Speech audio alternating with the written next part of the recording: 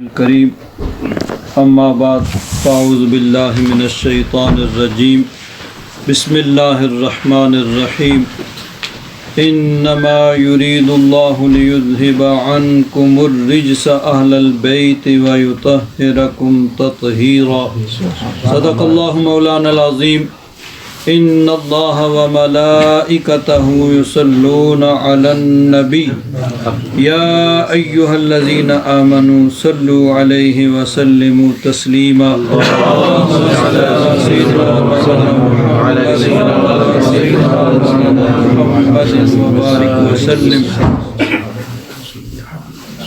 حضرات محترم، آج کی یہ روحانی محفل مرکزی حلقہ اشرفیہ کے زیر اہتمام ہفتہ وار محفل ذکر ہے، اور یہ محافل ذکر عموماً کسی نہ کسی اللہ کے نیک بندے کے نام کے ساتھ منسوب کی جاتی ہے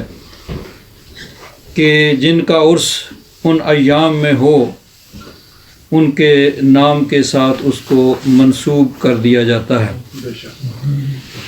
آج کی یہ محفل پاک اسی مناسبت سے، چونکہ 28 سفر جو گزر چکا ہے 2 دن پہلے 3 دن پہلے، وہ حضرت امام حسن مجتبیٰ رضی اللہ تعالیٰ عنہ آپ کی یوم وصال ہے، تو اس مناسبت سے آج کی یہ محفل ذکر حضرت امام حسن مجتبیٰ رضی اللہ تعالیٰ عنہ کے نام سے منسوب کی گئی ہے۔ حضرت امام حسن مجتبیٰ رضی اللہ تعالیٰ عنہ حضرت علی رضی اللہ تعالیٰ عنہ کے بڑے صاحبزادے ہیں اور نبی کریم صلی اللہ علیہ وسلم کے نواسے ہیں۔ اللہ تبارک و تعالیٰ نے آپ کو بڑا درجہ اور مرتبہ عطا فرمایا، اور اللہ تبارک و تعالیٰ نے آپ کو دنیا میں اور آخرت میں مقام عطا فرمایا۔ سبحان اللہ۔ بخاری شریف کے اندر حدیث پاک ہے، حضرت ابو ہریرہ رضی اللہ تعالیٰ عنہ فرماتے ہیں، حضرت امام بخاری نے 2 مقام پہ اس حدیث پاک کو بخاری شریف میں نقل کیا، اور الفاظ کے کچھ اختلاف کے ساتھ مفہوم ایک ہی ہے، دونوں حدیثوں کو ملا کے ان کا مفہوم میں آپ حضرات کے سامنے پیش کر رہا ہوں۔ حضرت ابو ہریرہ رضی اللہ تعالیٰ عنہ فرماتے ہیں کہ میں نبی کریم صلی اللہ علیہ وسلم کے ساتھ بازار میں چل رہا تھا، چلتے چلتے نبی کریم صلی اللہ علیہ وسلم حضرت علی رضی اللہ تعالیٰ عنہ کے گھر تشریف لے گئے، اور ساتھ میں حضرت ابو ہریرہ بھی ہیں، تو گھر کے صحن میں جا کے بیٹھ گئے، اور حضور نے 3 مرتبہ پکارا، اینا لوکاؤ، بچہ کہاں ہے، بچہ کہاں ہے؟ تو حضرت ابو ہریرہ رضی اللہ تعالیٰ عنہ فرماتے ہیں کہ میرا قیاس یہ ہے، میرا خیال یہ ہے کہ ان کو اندر روکا گیا تھا، یعنی حضور پکار رہے ہیں، وہ نہیں آئے ابھی تک، تو ان کو روکا ہوا ہے، یعنی ان کو ہار پہنایا جا رہا ہے یا نہلایا دھلایا جا رہا ہے، جس طرح بچے کا منہ وغیرہ دھوتے ہیں۔ تو فرماتے ہیں کہ پھر وہ دوڑتے ہوئے آئے، انہوں نے ہار پہنا ہوا تھا، تو نبی کریم صلی اللہ علیہ وسلم نے حضرت امام حسن مجتبیٰ جو بچے ہیں ابھی چھوٹے سے، ان کو دیکھ کے یوں اپنے بازو پھیلا دیے۔ اب نانا اور نواسا کی ملاقات ہو رہی ہے، اس کو تصور کر سکتے ہیں؟ نبی کریم صلی اللہ علیہ وسلم نے اپنا بازو پھیلا دیے، اور حضرت امام حسن مجتبیٰ نے بھی بازو پھیلا دیے، اور آ کر نبی کریم صلی اللہ علیہ وسلم کے ساتھ چمٹ گئے۔ حضرت ابو ہریرہ فرماتے ہیں کہ نبی کریم صلی اللہ علیہ وسلم نے پھر اللہ تبارک و تعالیٰ کی بارگاہ میں عرض کیا، اللہم انی احبہ یا رب ذوالجلال میں اس سے پیار کرتا ہوں، یہ میرا پیارا ہے، یہ میرا محبوب ہے، سبحان اللہ سبحان اللہ فَأَحِبَّهُ، یا رب ذوالجلال تو بھی اسے اپنا پیارا بنا لے، اسے اپنا محبوب بنا لے، یہ میرا پیارا ہے، تو بھی اسے اپنا پیارا بنا لے، میرا محبوب ہے، تو بھی یا رب ذوالجلال اس کو اپنا محبوب بنا لے، وَأَحِبَّ مَن يُحِبُّهُ، صرف یہ نہیں کہ اپنا پیارا بنا لے بلکہ یا رب ذوالجلال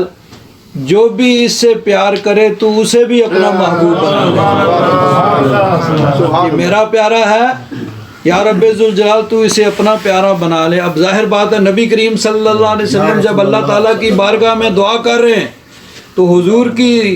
دعا کی تو یہ کیفیت ہے، اعلیٰ حضرت فاضل بریلوی رضی اللہ تعالیٰ عنہ عرض کرتے ہیں اجابت کا صحرا عنایت کا جوڑا، دلہن بن کے نکلی دعائے محمد، اور اجابت نے جھک کر گلے سے لگایا، بڑی ناز سے جب دعائے محمد صلی اللہ تعالیٰ علیہ وسلم۔ ہم دعا کرتے ہیں، کبھی قبول ہوتی ہے کبھی نہیں قبول ہوتی ہے، لیکن حضور کی دعا کی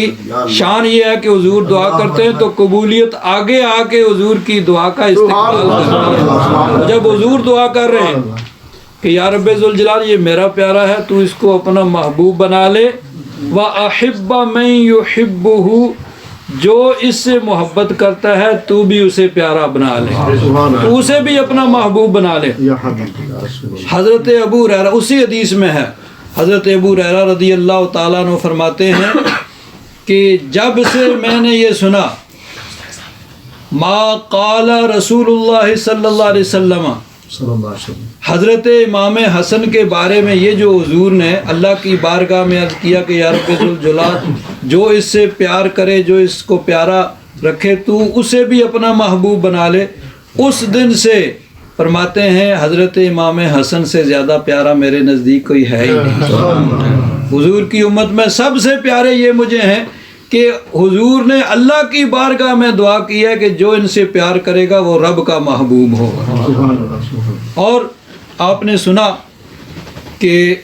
نبی کریم صلی اللہ علیہ وسلم کے مشابہ تھے، اور یہ بہت سے صحابہ اکرام رضوان اللہ تعالیٰ علیہ مجمعین ان کا مشاہدہ ہے اور ان کا فرمان ہے کہ حضرت امام حسن مجتبی رضی اللہ تعالیٰ عنہ نبی کریم صلی اللہ علیہ وسلم کے مشابہ تھے، یعنی حضور کے ہم شکل تھے۔ چنانچہ بخاری شریف میں یہ حدیث پاک ہے، حضور کے وصال کے کچھ عرصہ بعد کا واقعہ ہے، صلی ابو بکر رضی اللہ تعالی عنہ العصر، حضرت ابو بکر نے عصر کی نماز مسجد نبوی شریف میں پڑھائی، اور مسجد نبوی شریف میں نماز پڑھ کے باہر نکلے تو دیکھا حسن بن علی یلعب مع الصبیان، حضرت حسن بن علی، حضرت امام حسن مجتبی بچوں کے ساتھ کھیل رہے ہیں، بچے تھے بچوں کے ساتھ کھیل رہے ہیں، تو حضرت ابو بکر صدیق رضی اللہ تعالیٰ عنہ نے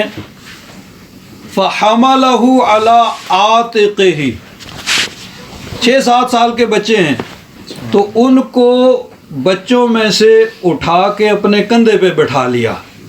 حضرت ابو بکر صدیق رضی اللہ تعالیٰ عنہ۔ دیکھیے کچھ لوگ کہتے ہیں کہ معاذ اللہ اہل بیت اور صحابہ کرام میں معاذ اللہ کوئی دشمنی تھی، کوئی ناراضگی تھی، کچھ تھی۔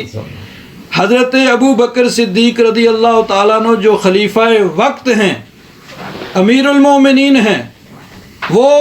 حضرت امام حسن مجتبی جو بچوں کے ساتھ کھیل رہے ہیں ان کو اٹھا کے کندھے پہ بٹھا لیتے ہیں، کندھے پہ بٹھا کے کہتے ہیں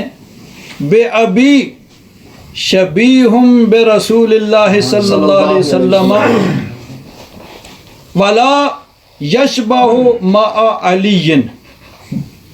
حضرت ابو بکر صدیق رضی اللہ تعالیٰ عنہ نے فرمایا اتنے تو علی کے مشابہ نہیں ہیں جتنے نبی کریم صلی اللہ علیہ وسلم کے مشابہ ہیں. یعنی حضور نبی کریم صلی اللہ علیہ وسلم کے ساتھ آپ ہم شکل تھے کہ صحابہ اکرام حضور کے وصال کے بعد جب حضرت امام حسن مجتبیٰ کو دیکھتے تو گویا نبی کریم صلی اللہ علیہ وسلم کی زیارت ہو جاتی، حضور کا دیدار ہو جاتا. اور اسی حدیث میں ہے وَعَلِيٌّ قَائِمٌ يَضْحَكُ، حضرت علی بھی پاس ہی ہیں، دونوں نماز پڑھ کے نکلے، حضرت صدیق اکبر اور حضرت علی. تو حضرت صدیق اکبر نے امام حسن مجتبیٰ کو اٹھا لیا اور کہا اتنے تو علی کے مشابہ نہیں ہیں جتنے نبی کریم صلی اللہ علیہ وسلم کے مشابہ ہیں، اور حضرت علی پاس کھڑے ہوئے مسکرا رہے ہیں. تو حضرت امام حسن مجتبیٰ رضی اللہ تعالیٰ عنہ نبی کریم صلی اللہ علیہ وسلم کے مشابہ ہیں، اور ترمذی شریف کی حدیث پاک ہے اور اس کے راوی ہیں حضرت علی رضی اللہ تعالیٰ عنہ. خود حضرت علی فرماتے ہیں ان الحسن اشبہ برسول اللہ صلی اللہ علیہ وسلم من الرأس الى الصدر وان الحسین اشبہ برسول اللہ صلی اللہ علیہ وسلم ما اسفل من ذالک. ایک روایت میں ہے من الصدر الى الاسفل، دوسری میں ما اسفل من ذالک، یعنی حضرت امام حسن مجتبیٰ سر سے لے کر سینے تک نبی کریم صلی اللہ علیہ وسلم کے بالکل مشابہ ہیں. اور حضرت امام حسین سینے سے لے کر پاؤں کے ناخنوں تک نبی کریم صلی اللہ علیہ وسلم کے بالکل مشابہ ہیں. اعلیٰ حضرت فاضل بریلوی رضی اللہ تعالیٰ عنہ، آپ نے یہ حدیث پاک پڑھی تو آپ کی روح تڑپ اٹھی. آپ نے دو شعر کہے جن دو شعروں میں اس حدیث پاک کا مفہوم بیان کر دیا. اعلیٰ حضرت فرماتے ہیں ایک سینے تک مشابہ، ایک وہاں سے پاؤں تک، ایک سینہ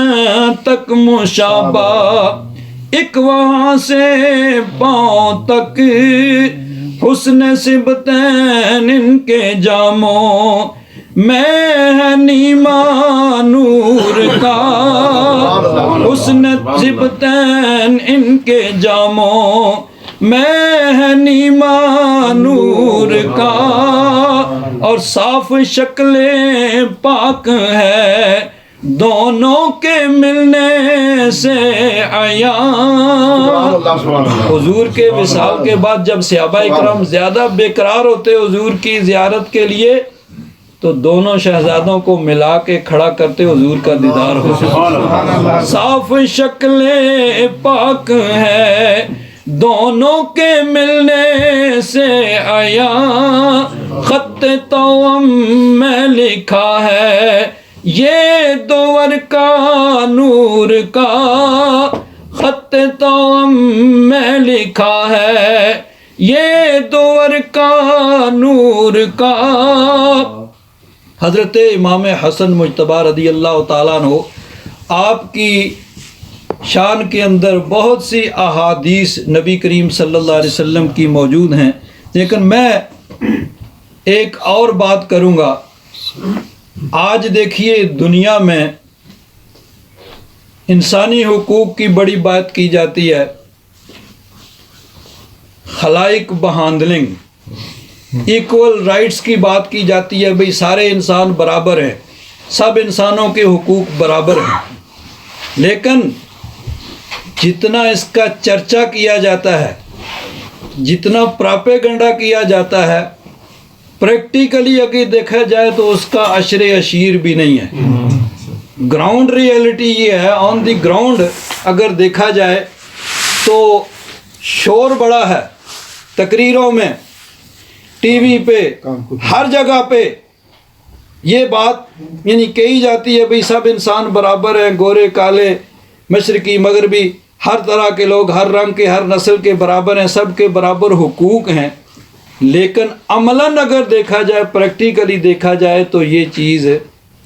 موجود نہیں ہے جس طرح اس کا پراپیگنڈا کیا جاتا ہے. وہاں پھر فرق کیا جاتا ہے جب موقع آتا ہے. لیکن یہ ہمارے آقا ہم فخر سے کہہ سکتے ہیں بے شک بے شک کہ آج نہیں، آج سے 1400 سال زیادہ، 1400 یعنی 30-35 سال پہلے نبی کریم صلی اللہ علیہ وسلم نے نہ صرف تھیوری بلکہ پریکٹیکلی کر کے دکھایا کہ دیکھو اس کو برابری کہتے ہیں، سبحان اللہ سب انسان برابر ہیں اور سب انسانوں کے برابر حقوق ہیں۔ سبحان اللہ حضور نے برابری کر کے دکھائی۔ بخاری شریف کی حدیث پاک ہے، حضرت اسامہ بن زید رضی اللہ تعالیٰ عنہ وہ راوی ہیں، اور یہ کون ہے؟ حضرت زید بن حارثہ نبی کریم صلی اللہ علیہ وسلم کے غلام تھے۔ نبی کریم صلی اللہ علیہ وسلم نے ان کو آزاد کیا اور آزاد کر کے ان کو اپنا منہ بولا بیٹا بنا لیا، متبنہ جس کو کہتے ہیں اڈاپٹ کر لیا۔ تو اڈاپٹ کرنے کے بعد پھر ان کو کہا جاتا تھا زید بن محمد، اس روٹین کے مطابق۔ اس روٹین میں یہی ہوتا تھا کہ جب کوئی کسی کو اڈاپٹ کر لیتا تھا، متبنہ بنا لیتا تھا، تو اسی کا نام چلتا تھا۔ پھر اللہ تبارک و تعالیٰ نے قرآن پاک کی آیت نازل فرمائی ادعوہم لآبائہم، کہ ان کو ان کے اصلی باپوں کے نام سے پکارو۔ تو اس کے بعد پھر ان کو زید بن حارثہ کہا جانے لگا، اس سے پہلے ان کو زید بن محمد کہا جاتا تھا۔ لیکن نبی کریم صلی اللہ علیہ وسلم نے ان کو وہی رائٹ دیا جو بیٹے کا ہوتا ہے۔ اور ام المومنین حضرت عائشہ تو صدیقہ رضی اللہ تعالیٰ عنہ فرماتی ہیں کہ حضرت زید بن حارثہ وہ حضور کی ظاہری آیات میں شہید ہو گئے تھے جنگ موتا میں 8 ہجری میں۔ ام المومنین فرماتی ہیں کہ اگر حضرت زید بن حارثہ جو غلام تھے جن کو حضور نے آزاد کیا تھا، فرماتی ہیں کہ اگر وہ زندہ رہتے تو نبی کریم صلی اللہ علیہ وسلم اپنا جان نشین ان کو مقرر کرتے۔ اب حضرت صدیق اکبر رضی اللہ تعالیٰ عنہ حضور کے بعد خلیفہ بنے۔ یہ نبی کریم صلی اللہ علیہ وسلم نے ان کو خلافت کے لیے منتخب نہیں فرمایا تھا۔ اشارات موجود ہیں بہت سے، لیکن صراحتاً یہ نہیں فرمایا کہ میرے بعد خلیفہ ابو بکر ہوں گے۔ یہ امت کے لیے چھوڑ دیا۔ پھر امت نے اجتماعی طور پر حضرت صدیق اکبر کو خلیفہ منتخب کیا اور اس پر اجماع ہو گیا۔ نبی کریم صلی اللہ علیہ وسلم نے صراحتاً ان کو منتخب نہیں کیا تھا۔ لیکن ام المومنین فرماتی ہیں کہ اگر حضرت زید بن حارثہ زندہ رہتے تو حضور ان کو اپنا خلیفہ نامزد کرتے۔ ان کے بیٹے ہیں حضرت اسامہ بن زید۔ تو حضرت اسامہ بن زید فرماتے ہیں، بخاری شریف میں ہے، فرماتے ہیں کان رسول اللہ صلی اللہ علیہ وسلم یأخذہ والحسن، کہ اکثر ایسے ہوتا تھا، یہ مولانا طاہر صاحب موجود ہیں، یہ جانتے ہیں کہ جب مضارع پر کانا آتا ہے تو وہ ماضی استمراری ہو جاتا ہے، جس کو انگلش والے کہتے ہیں پاسٹ کنٹینیوس ٹینس۔ یہ کام ایک مرتبہ نہیں ہوا بلکہ اکثر و بیشتر ایسے ہوتا رہا ہے۔ تو کان رسول اللہ صلی اللہ علیہ وسلم یاخذہ والحسن، حضرت اسامہ بن زید فرماتے ہیں کہ کئی مرتبہ ایسے ہوا کہ نبی کریم صلی اللہ علیہ وسلم نے ایک ہاتھ میں حضرت امام حسن مجتبیٰ کا ہاتھ پکڑا ہوا ہے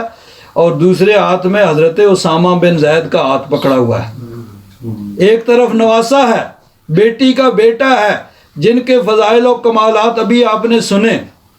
اور دوسری طرف غلام کا بیٹا ہے۔ اور حضرت اسامہ بن زید ان کی والدہ حضرت ام ایمن چونکہ وہ سیاہ فام تھیں، حبشی النسل تھیں، تو حضرت اسامہ بن زید اگرچہ حضرت زید بن حارثہ جو عربی النسل تھے ان کے بیٹے تھے، لیکن والدہ کی وجہ سے وہ سیاہ فام تھے، ان کا رنگ سیاہ تھا، وہ حبشی النسل نظر آتے تھے دیکھنے میں۔ تو ایک طرف بیٹی کا بیٹا ہے، نواسا ہے، اور دوسری طرف غلام کا بیٹا ہے، سیاہ رنگ کا حبشی النسل،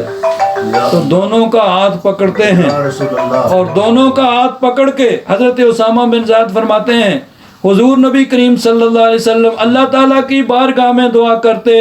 اللہم انی احبہما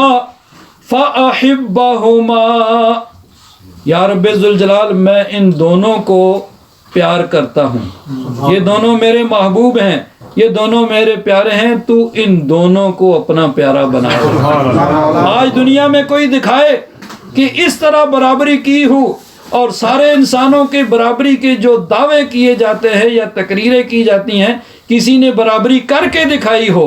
اگر کر کے دکھائی ہے تو ہمارے آقا نے کر کے دکھائی ہے، کہ جو کہا ہے اس پہ کر کے عمل کر کے دکھایا ہے، کہ دیکھو صرف تھیوری نہیں، پریکٹیکلی دیکھو کہ اس طرح برابری ہوتی ہے کہ ایک طرف میری بیٹی کا بیٹا ہے اور دوسری طرف غلام کا بیٹا سیاہ رنگ ہے، لیکن دونوں کو برابر میں رکھ رہا ہوں، اور دونوں کو برابر، دونوں کا ہاتھ پکڑ کے اللہ کی بارگاہ میں عرض کرتے ہیں۔ تو اللہ تبارک و تعالیٰ کی بارگاہ میں دعا ہے اللہ تبارک و تعالیٰ ان کے فیوز و برکات سے ہم سب کو مالا مال فرمائے، اور اللہ تبارک و تعالیٰ ان کی یعنی اللہ تبارک و تعالیٰ ان کے صدقے میں ہم سب کی مغفرت اور بخشش فرمائے۔